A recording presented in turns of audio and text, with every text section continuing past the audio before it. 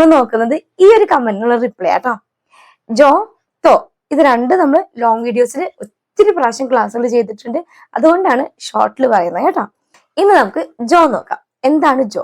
ജോ എന്ന് പറഞ്ഞു കഴിഞ്ഞാൽ അത് നമ്മളൊരു കാര്യത്തെ സൂചിപ്പിക്കാൻ വേണ്ടി പറയുന്നൊരു വേർഡാണ്.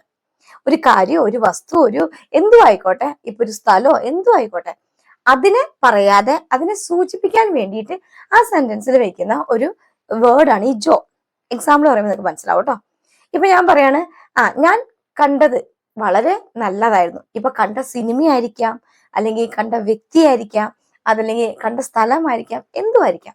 ഞാൻ കണ്ടതില്ലേ അത് നല്ലതായിരുന്നു കേട്ടോ, അല്ലെങ്കിൽ അത് വളരെ നല്ലതായിരുന്നു എന്ന് പറയുമ്പോ ജോ മേനെ ദേഖാ താ, ഞാൻ കണ്ടിരുന്നത്, അല്ലെങ്കിൽ ജോ മേനെ ദേഖാ ഓ ബഹുത് അച്ഛാ താ, അത് വളരെ നല്ലതായിരുന്നു എന്ന് പറയുന്ന. ഓക്കെ, അപ്പൊ ജോ മേനെ ദേഖാ ഓ ഫിലിം, അതല്ലെന്നുണ്ടെങ്കിൽ ഓ ജഗഹ്, മൂവി അല്ലെങ്കിൽ ജഗഹ് എന്ന് പറഞ്ഞ സ്ഥലം. അപ്പൊ ജോ മേനെ ദേഖാ, ഞാൻ കണ്ട സ്ഥലം അല്ലെങ്കിൽ ഞാൻ കണ്ട മൂവി എന്നൊക്കെ പറയുന്നതാ. മനസ്സിലാവുന്നുണ്ടോ? അവിടെ നമ്മള് ആ സ്ഥലത്തെ കുറിച്ചോ അല്ലെ ആ സ്ഥലത്തിന്റെ പേരോ അല്ലെങ്കിൽ ആ മൂവിയുടെ പേരോ ഒന്നും അല്ല പറയുന്നത്. ഓക്കെ, ഞാൻ കണ്ടത്, അത്, ദാറ്റ് എന്ന് പറയാനാ. അതാണ് ഈ ജോ എന്ന് പറയുന്നത് കേട്ടോ.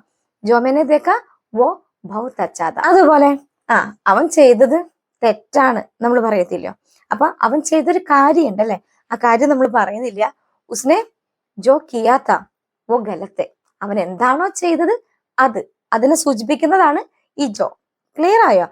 ഉസ്നെ ജോ കിയാ താ വോ ഗലത്തെ. ഇനി അതുപോലെ നിനക്ക് ഏതാണോ വേണ്ടത് അതെടുത്തോളൂ. അപ്പൊ അതെടുത്തോളൂ, ഏതാണോ വേണ്ടത് അത് എന്ന് സൂചിപ്പിക്കാൻ നമ്മളിവിടെ ജോ വെക്കാം കേട്ടോ. തുമേ ജോ ചാഹിയേ വോ ലേലോ. തുമേ ജോ ചാഹിയേ, ഏതാണോ വേണ്ടത് അത് എന്ന് പറയുന്നത്. തുമേ ജോ ചാഹിയേ വോ ലേലോ. ക്ലിയർ ആയോ?